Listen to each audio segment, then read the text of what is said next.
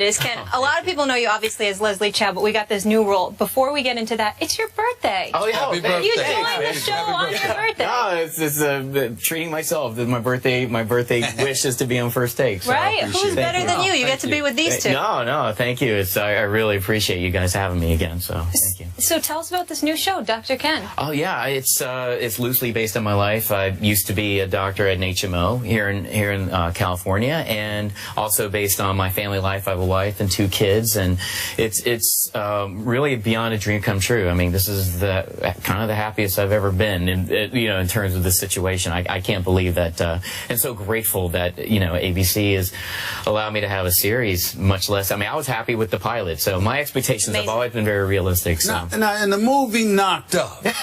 Okay, movie Knocked Up. No, why are we going back to that? Because I'm getting ready to tell you why. Stay with me. Okay. You were quite mean as a doctor in that movie. Now, I mean, you were hilarious there. Do you have any of those moments in the show? Oh yeah, they're Really? definitely inspired by Dr. Cooney and Knocked Up. They're definitely, I think that's a prototype. I think a little bit of Skip, maybe like a little bit. That's kind of a workshop. Yes, it's a compliment. Thank you. Just kind of Just workshopping. channel your inner Skip. Channeling your inner Skip. So I think this is I'm really here to shadow you as opposed to really be a guest. You've got to be kidding me.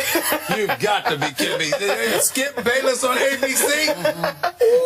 Could be maybe the spinoff is Dr. Skip. Who knows? So. Allow me to congratulate you on your birthday for an amazing career arc, going from doctor to stand-up comic along the way, to all of a sudden all those movies, and you have your own series on ABC. Well deserved. For which you write, because you are a doctor. Thank you so much. I really appreciate it. Thank you so much. Not a talented family or anything. Gee, do it all.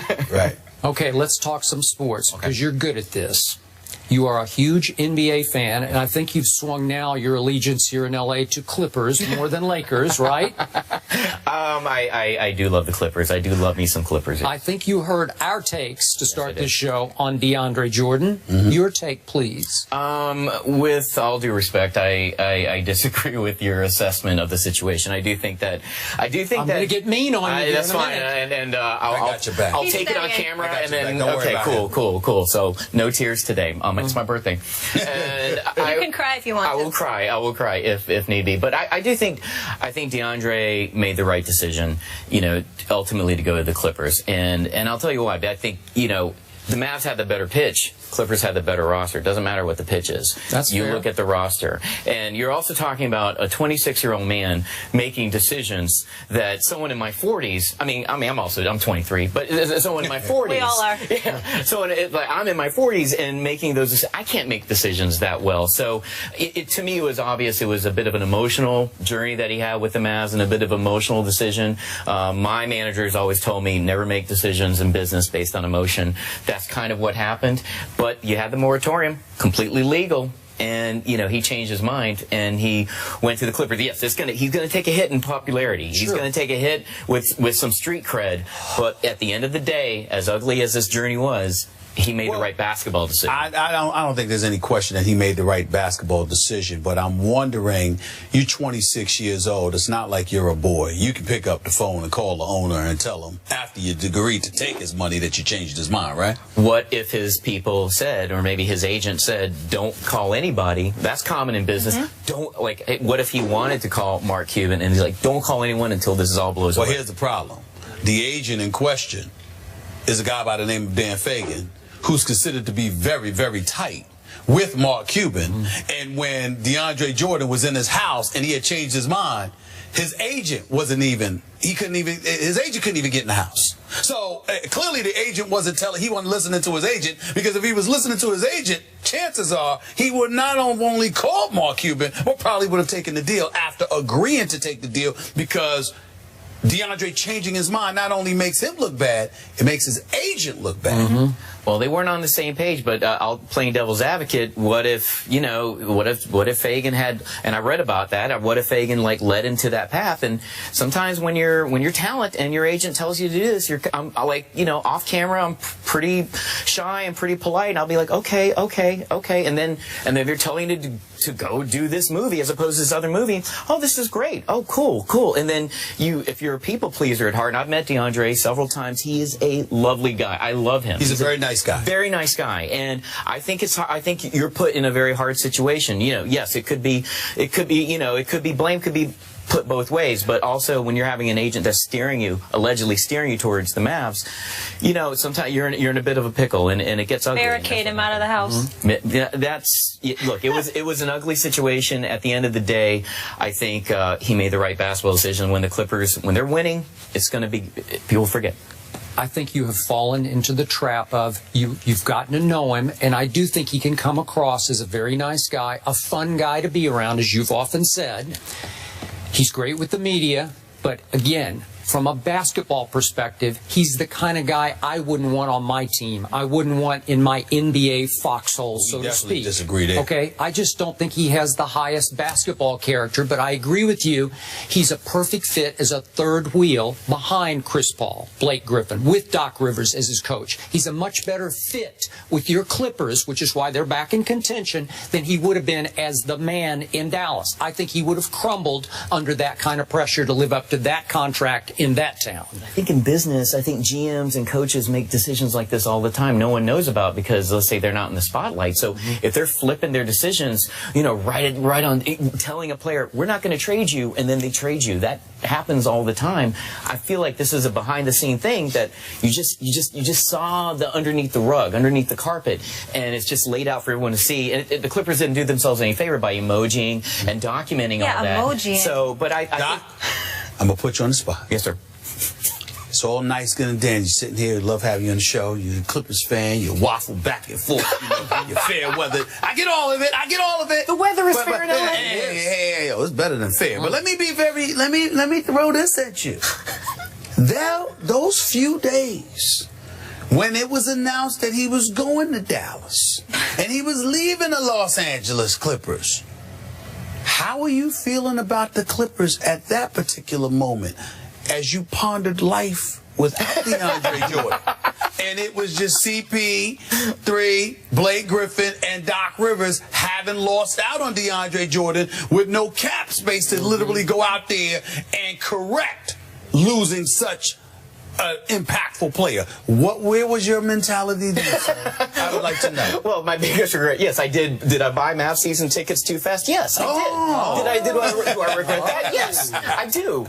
But having said that, neither team had a plan B, in my opinion. If they didn't get DeAndre, they didn't know where they're going to go. The Clippers, they didn't know where they were going to go. So it's one of those things. It's a shame someone had to lose out on that because neither team, in my opinion, had a plan B. So yes, the Clippers would have been, dealt a major blow. And I was thinking, I was in the writer's room, and Dr. Ken, when one of the writers told me, they saying like DeAndre went to the Mavs. I'm like, what? You wrote him out of the show right then? You were like, he's out. No cameo for him. No cameo for him. Maybe I'll call Cuban and maybe to have him invite me to a cameo. There you go. But no, I think that, look, it's ugly right now, but winning will cure all ills, and it will, and the Clippers are now back in contention, and at least to the Western Conference Finals. I'm going to put you on a good spot here. Your most famous or maybe infamous character that you've ever played was the Hangover character, Yes. Leslie Chow. Yes. So do us a favor. You're great as Leslie Chow. Assume character here. Go into character. Okay. And try to coach LeBron and company, if you would. How would you coach them as Leslie Chow? Okay, like in the finals, like the NBA finals. Yeah. Like, LeBron, you're doing too many ISOs. Too many ISOs, stupid. Trust Black. Even though he's funny, it's funny because he's black. So now we will have to rebuild, but be smart. Be smart. I like it. Don't hire Tristan for $90 million. No, you could get him for much cheaper. Much cheaper. And he fat. I didn't say that. That was Chow. That was Chow. Yeah, it was Chow because you're telling them to trust Black. Trust Black. Okay. Chow That's wouldn't what last Chow's very long. saying. Ken Jeong is not necessarily saying that. Here we go. But I'm also saying not to trust Chow. I'm fair weather, as you know. This is L.A. That's right. We just want to be loved. How you feeling about? I'm sorry. Go ahead. That's all right. I got one last area here. Yes, sir. You're a Duke undergrad. You went to UNC, obviously, med school.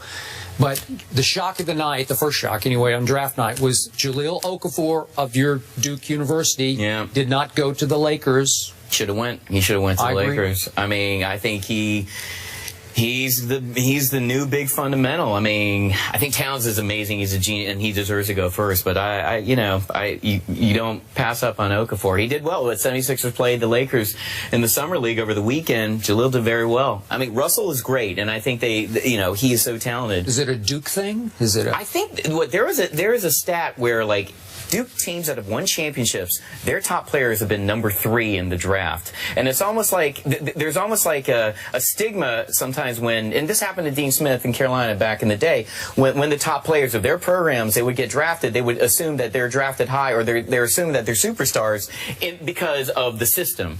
But I don't think that. I mean, Okafor, he was just a freshman. He is a superstar, and the Lakers should have taken him. I mean, so agree, and I think you agree. Of course I do.